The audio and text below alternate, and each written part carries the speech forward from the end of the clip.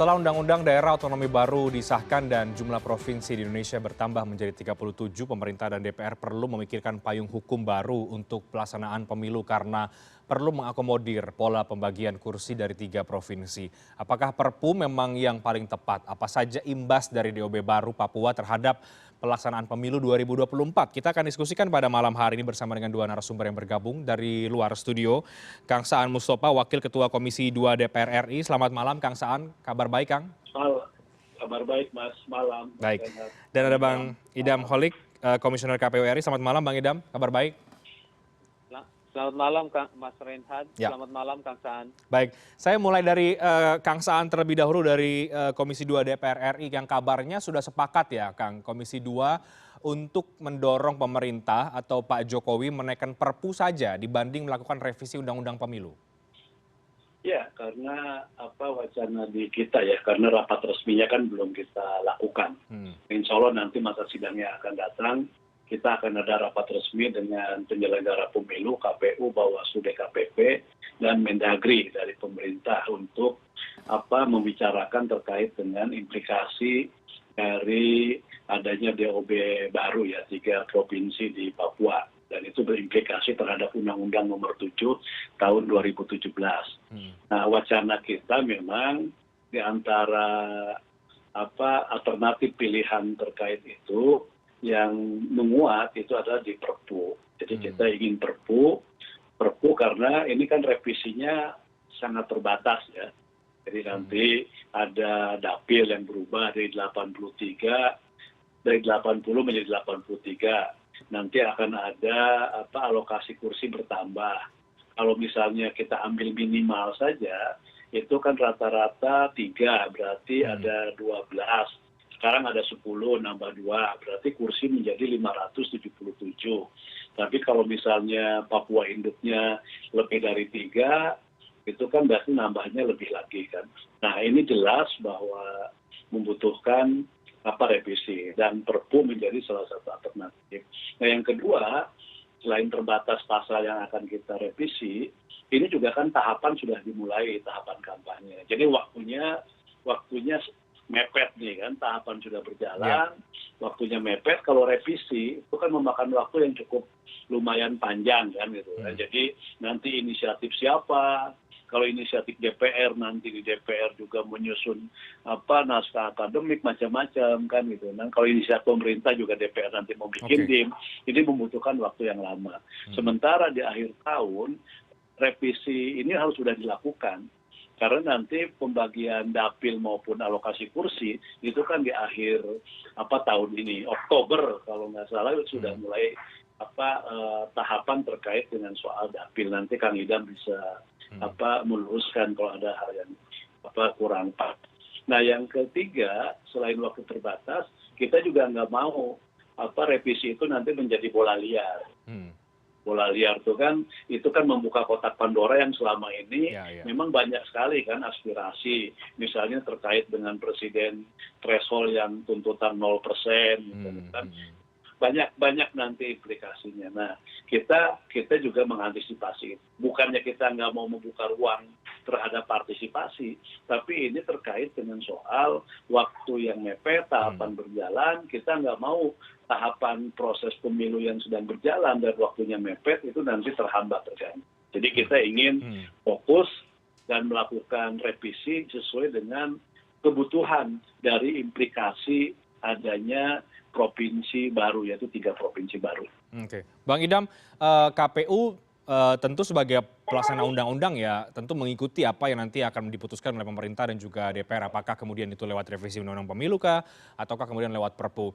Tapi sejauh ini setelah DOB ini disahkan menjadi undang-undang, apakah sudah ada komunikasi atau undangan dari pemerintah untuk membahas bersama soal bagaimana nanti mekanisme dan juga jalan yang paling baik agar setelah DOB ini kemudian pelaksanaan pemilu 2024 tidak terkendala dalam hal mengakomodir 3 provinsi baru ini? Baik Mas, tadi Kang Saan menyampaikan bahwa pasca masa reses DPR RI akan mengundang penyelenggara pemilu, termasuk di dalamnya adalah KPU. untuk membahas berkaitan dengan penataan daerah pemilihan di 3 DUB di Papua tersebut. Pada kesempatan ini kami ingin menyampaikan juga kami berharap ketika nanti terbit Perpu mengenai tahapan penyelenggaraan pemilu yang saat ini sedang berlangsung, mohon dapat menjadi pertimbangan dan perlu kami sampaikan juga mulai tanggal 6 Desember 2022 kami sudah mau menerima penyerahan dukungan bakal calon perseorangan, bakal calon DPD maksud saya, bakal calon DPD untuk diproses pencalonannya. Karena pencalonan DPD ini lebih awal ya, karena nanti kami akan melakukan verifikasi secara administratif dan verifikasi secara faktual terhadap dukungan DPD tersebut. Jadi 6 Desember kami sudah mulai menerima dukungan bakal calon DPD, sehingga hal tersebut bisa menjadi rujukan bagi para pembuat undang-undang dalam rangka menerbitkan Perpu terkait dengan daerah pemilihan untuk pemilu anggota DPR, pemilu anggota DPD RI, dan pemilu anggota DPR Papua. Oke, artinya kan ada 11 tahapan ya, Bang Idam, dan itu tentu tahapan pencalonan untuk pemilihan anggota DPD rentangnya 6 Desember sampai dengan 25 November 2023. Artinya Anda sepakat bahwa sebaiknya jalur yang diambil payung hukumnya lewat Perpu saja dengan mempertimbangkan aspek rentang waktu? Kami yakin para pembuat undang-undang, DPR dan pemerintah sudah mempertimbangkan aspek yang demikian, mempertimbangkan pada kelancaran pelaksanaan tahapan penyelenggaraan pemilu di 3 DOB tersebut. Sehingga pilihan seperti Perpu yang tadi sudah disampaikan oleh Kang Saan adalah pilihan yang paling tepat. Tentunya itu sepenuhnya merupakan kewenangan dari para pembuat undang-undang, dalam hal ini DPR dan pemerintah. Oke, baik. Tapi melihat sampai saat ini kita lihat juga Bang Idam bahwa pemerintah masih lewat Pak Mahfud ya, kita mengutip dari beberapa pernyataannya, ini masih memikirkan payung hukum apa yang paling tepat. Artinya tidak langsung kemudian memutuskan bahwa Perpu lah jalan yang paling tepat untuk bisa membuat payung hukum baru dari undang-undang pemilu ini. Ya, itu sekali lagi saya tegaskan, itu kewenangan penuh dari para pembuat undang-undang. Dan kami pada kesempatan ini ingin mempertegas bahwa apabila nanti perubahan terhadap daerah pemilihan tersebut, mohon dapat memperhatikan tahapan pemilu yang sedang berlangsung, sehingga kami sebagai penyelenggara pemilu dapat mempersiapkan segala sesuatunya dengan sebaik mungkin. Oke, baik.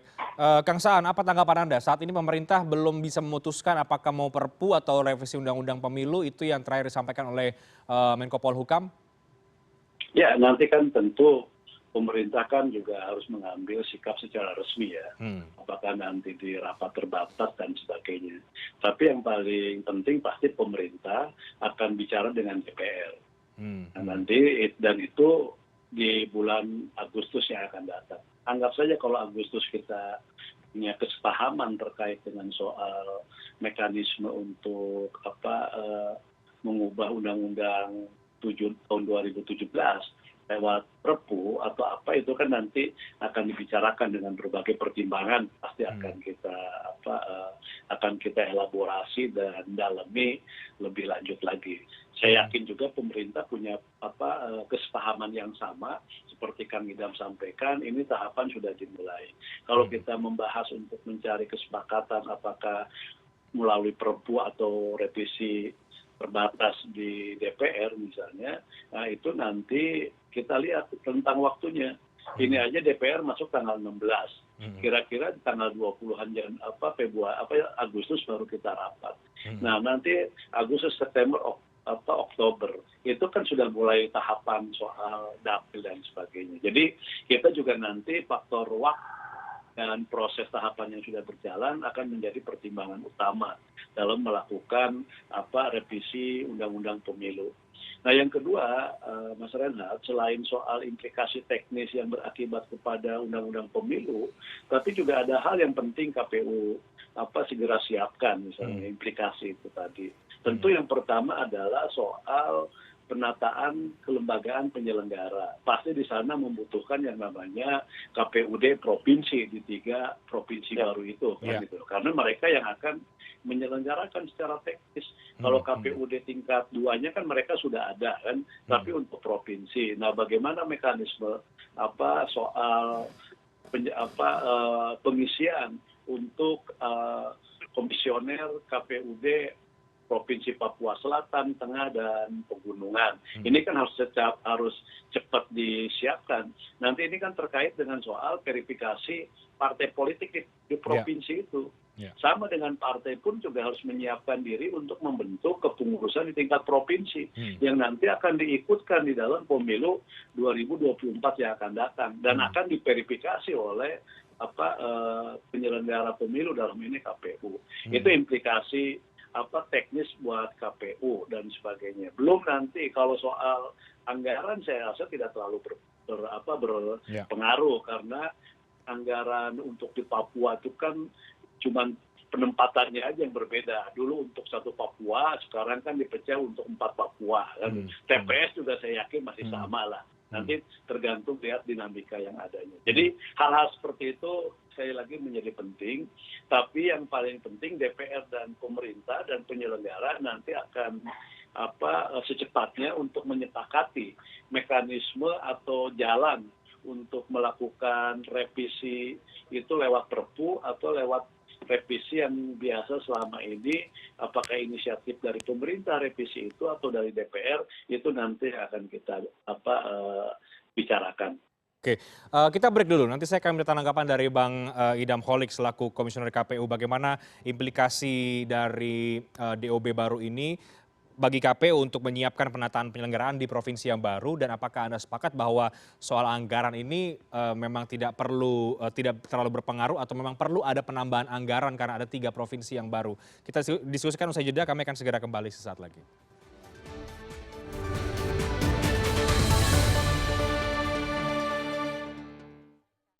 Saya langsung ke Bang Idam Holik.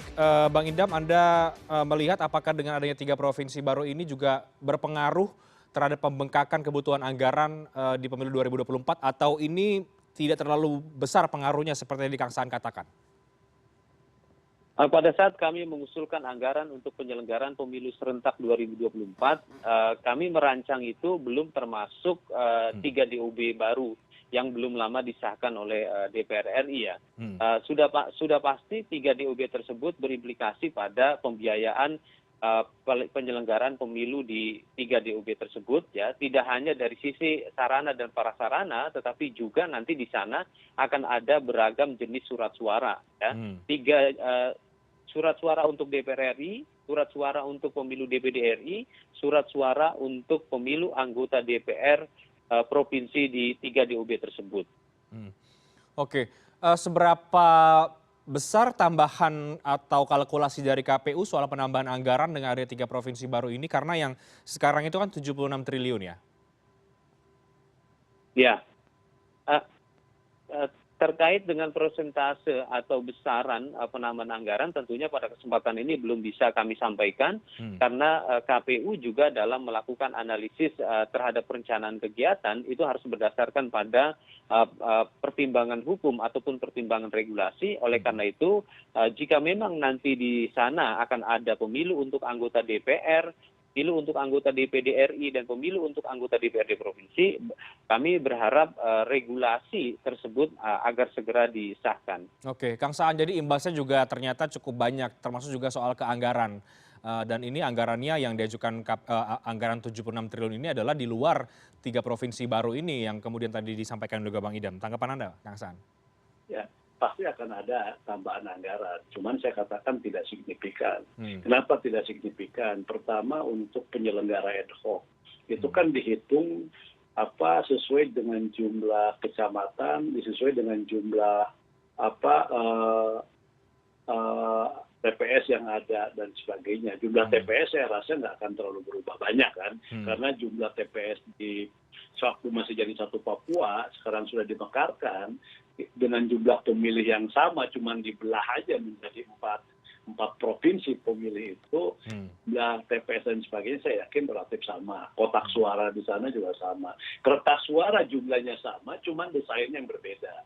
Yang harusnya misalnya untuk satu provinsi, sekarang desainnya menjadi 4.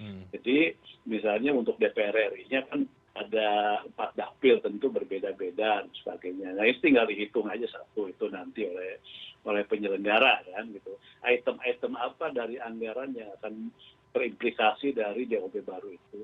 Yang kedua, apakah perlu misalnya ada tambahan anggaran baru dari 76,6 triliun ada tambahan atau cukup misalnya dari nanti efisiensi yang dilakukan dari setiap tahapan. Misalnya kan gini, ada efisiensi tahapan terkait dengan soal kampanye, yang waktu kampanyenya relatif lebih pendek sekarang.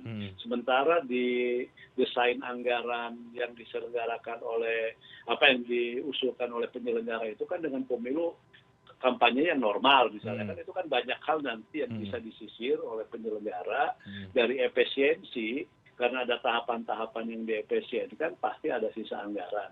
Apakah itu bisa dikompensasikan ke DOB baru atau tidak. Jadi itu tentu akan kita bicarakan dan tentu payung hukumnya akan coba kita nanti pada saat regulasi undang-undangnya ini kita revisi, itu kita akan coba cermati semuanya.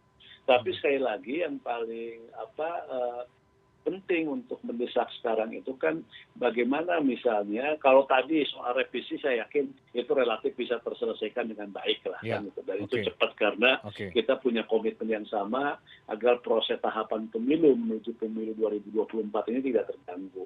Nah sekarang bagaimana misalnya KPU ketika membutuhkan dukungan teknis dari DPR maupun pemerintah terhadap implikasi-implikasi teknis yang di luar payung hukum Undang-Undang Nomor 7 2017 kan itu, di luar teknis itu. Karena kalau yang itu kan udah menjadi kewenangannya DPR dan pemerintah. KPU kan tinggal melaksanakan saja. Nah, tapi ketika KPU akan melaksanakan dari undang-undang itu, nah kebutuhan-kebutuhan teknis yang memang KPU mendesak untuk segera disiapkan sebelum undang-undang ini nanti direvisi, ini kan penting juga. Misalnya tadi menyiapkan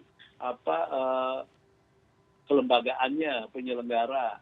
Jadi di 3 provinsi itu kan tentu penyelenggara kan tidak hanya memilih 5 atau 7 orang komisioner, tapi juga ada implikasi kepada hal-hal yang lainnya, misalnya kantor, macam-macam, dukungan dari sisi ASN-nya, penyelenggara kan membutuhkan juga dukungan-dukungan teknis dari ASN dan sebagainya. Nah, hal-hal seperti itu menurut saya penting untuk segera KPU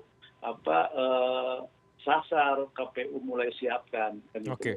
Tidak hanya KPU, nanti juga ada Bawaslu, agar ketika revisi undang-undang ini selesai, ini langsung bisa jalan.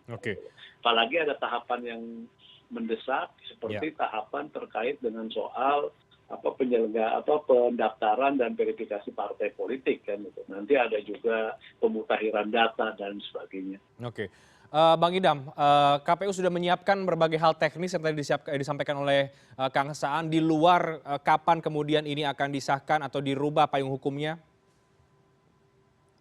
Ya, tentunya kami juga sudah mulai melakukan kajian ya, sambil kami menunggu diundang untuk mengikuti rapat dengar pendapat di DPR RI ya. Kami lakukan kajian seperti apa yang tadi Kang Saan sampaikan, tentunya berkaitan dengan sarana prasarana, terus personalia dan operasional, itu juga kami sudah mulai lakukan kajian ya. Yang jelas memang dalam penyelenggaraan pemilu seperti yang tadi Kang Saan sampaikan, bahwa prinsip efisiensi itu merupakan salah satu prinsip yang kita pegang teguh ya. Tentunya nanti hal yang paling dekat adalah kami butuh pada kepastian payung hukum, karena kami harus segera membentuk penyelenggara pemilu ataupun KPU provinsi di 3 DOB tersebut. Hasil kajian-kajiannya sementara ini apa, Bang Idam? Apa yang sudah disiapkan atau apa yang tengah disiapkan untuk menyiapkan pemilu di 3 provinsi baru? Ya, tentunya belum bisa kami sampaikan di sini ya. Kami juga masih menunggu regulasi ya. yang rencananya akan dalam bentuk Perpu. Nah, berangkat dari regulasi tersebut nanti kita akan mempersiapkan segala sesuatunya. Kalau hari ini kami lakukan kajian itu baru sifatnya secara informal, karena kami bekerja berdasarkan pada regulasi yang ada di dalam undang-undang pemilu, ya. Seperti yang diatur dalam undang-undang pemilu, secara normal pembentukan tim seleksi itu harus dibentuk 5 bulan sebelum yang bersangkutan itu bekerja atau memulai masa kerjanya. Dan tadi saya sampaikan bahwa tanggal 6 Desember 2022 kami sudah mulai menerima dukungan bakal calon DPD untuk diproses atau diverifikasi secara administratif dan verifikasi faktual. Dengan demikian sudah bisa kita perkirakan kapan sebaiknya regulasi yang baru tersebut itu diterbitkan. Oke, seberapa berat bagi KPU melaksanakan pemilu di 3 provinsi ini, Bang Idam, jika pemerintah atau DPR ini membutuhkan waktu yang lama dalam menyiapkan payung hukum yang baru? Karena kalau revisi kan tadi Kang Saan katakan ini membuka kotak Pandora ini, nanti jadi mungkin secara waktu, rentang waktu bisa jadi lama. Sementara kalau Perpu juga ya tidak ada kepastian karena menunggu keputusan dari Presiden Jokowi sendiri.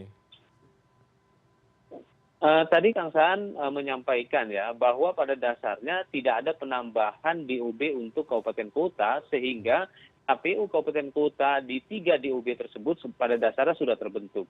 Jadi yang paling mendesak adalah kepastian hukum berkaitan dengan pembentukan KPU provinsi untuk 3 DOB tersebut. Jadi kalau bicara tentang seberapa beratnya, ya tentunya sebenarnya hal ini sebenarnya bukan hal yang bukan hal baru ya, dalam artian kita tinggal bagaimana membentuk KPU provinsi. Kalau KPU kabupaten kotanya memang sudah ada, dan untuk badan ad hoc-nya nanti kita akan rencana bentuk itu pada bulan Oktober.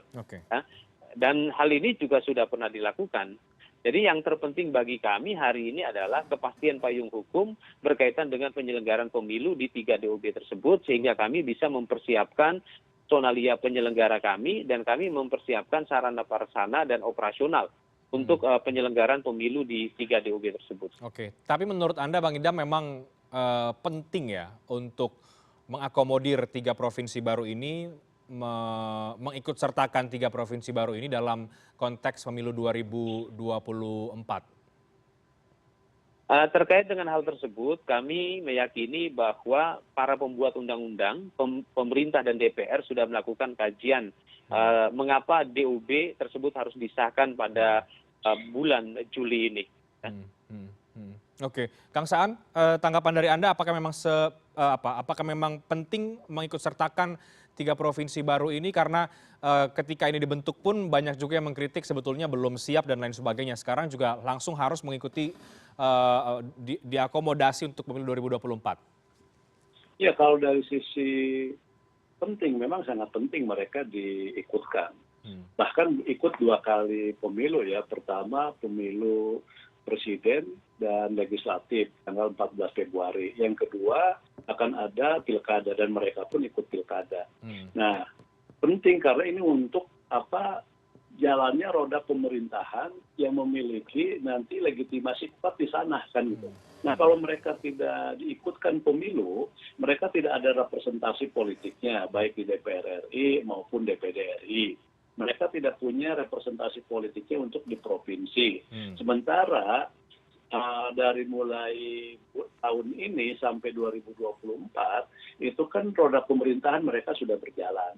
Nah, nanti pasca 2024 kalau dia nggak diikutkan pemilu, nanti 5 tahun ke depan juga kan mereka mengalami kesulitan dalam soal keabsahan atau legitimasi nanti pemerintahan. Masa akan ada pejabat hampir lebih dari 7 tahun misalnya kan, nanti pejabat yang sekarang sampai 2024, nanti 2024 ada lagi. Nah, jadi menurut saya memang sangat penting hal ini. Ini turunan dari undang-undang yang memang sudah kita sahkan. Nah, karena ini sangat penting, maka semua pihak juga harus benar-benar yang terkait dengan stakeholder kepemiluan ini juga harus menaruh perhatian yang cukup penting juga, cukup serius juga. Misalnya apa yang paling serius? Tentu yang pertama tadi payung hukumnya.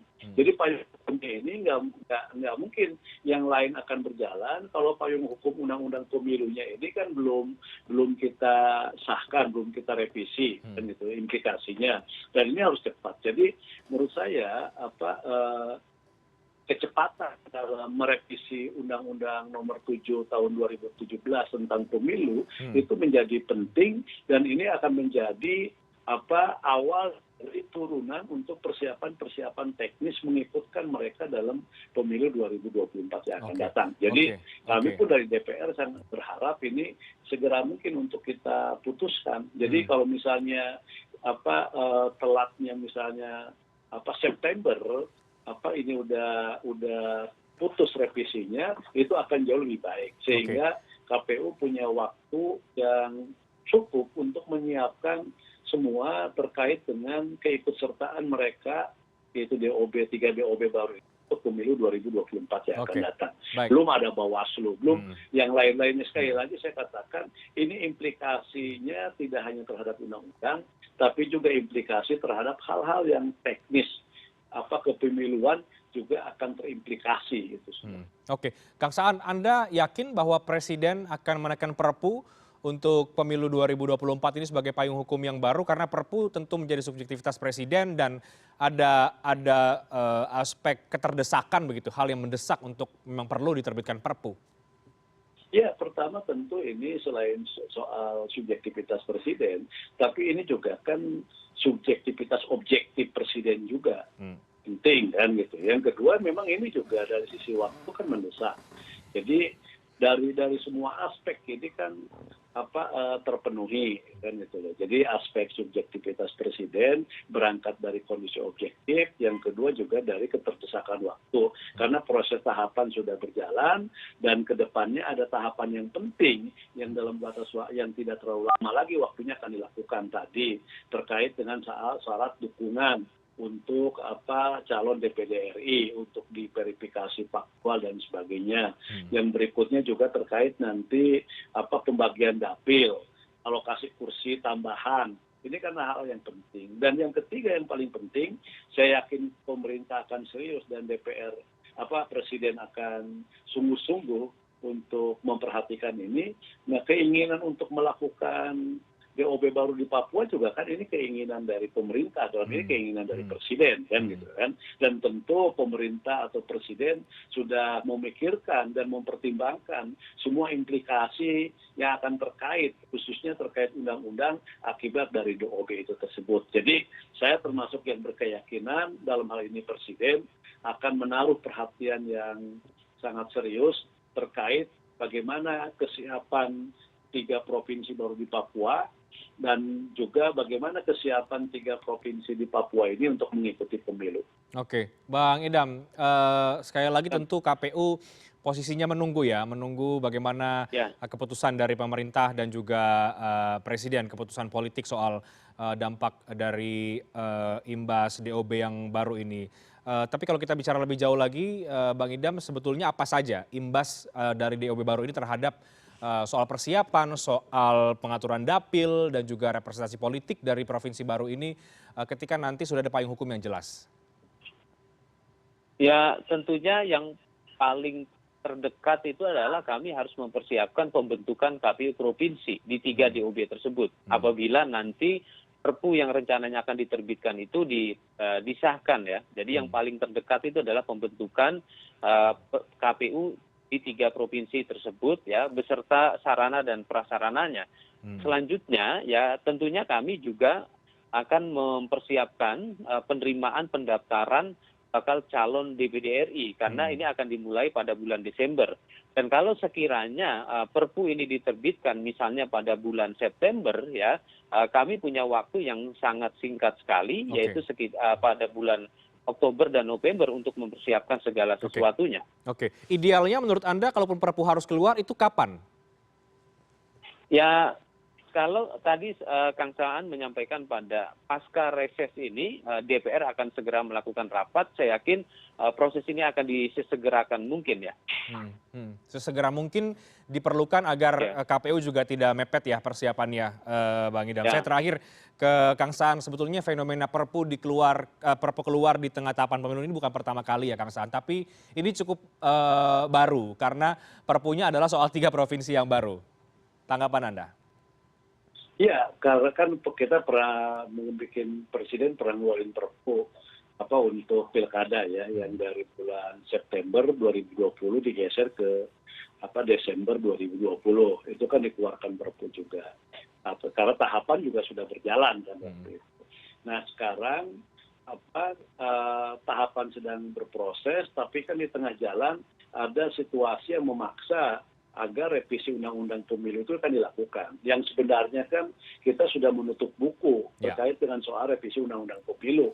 Tapi buku ini kita buka kembali karena itu tadi ada hal yang memang mendesak terkait DOB 3 provinsi baru itu tadi. Jadi menurut saya mau tidak mau memang ini ya harus dilakukan. Oke, kita tunggu Kang Saan dan juga Bang Idam Holik kapan kemudian Perpu akan diterbitkan atau diteken oleh Presiden Jokowi imbas dari DOB baru ini, karena tentu penyelenggara pemilu juga perlu mempersiapkan berbagai hal untuk menyelenggarakan pemilu, mengikut sertakan 3 provinsi baru dalam pemilu 2024 nanti. Terima kasih banyak Kang Saan Mustafa, Wakil Ketua Komisi 2 DPR RI, Bang Idam Holik, Komisioner KPU RI. Terima kasih, selamat malam, sehat selalu. Terima kasih Mas Renhat, sehat selalu. Ya, selamat malam.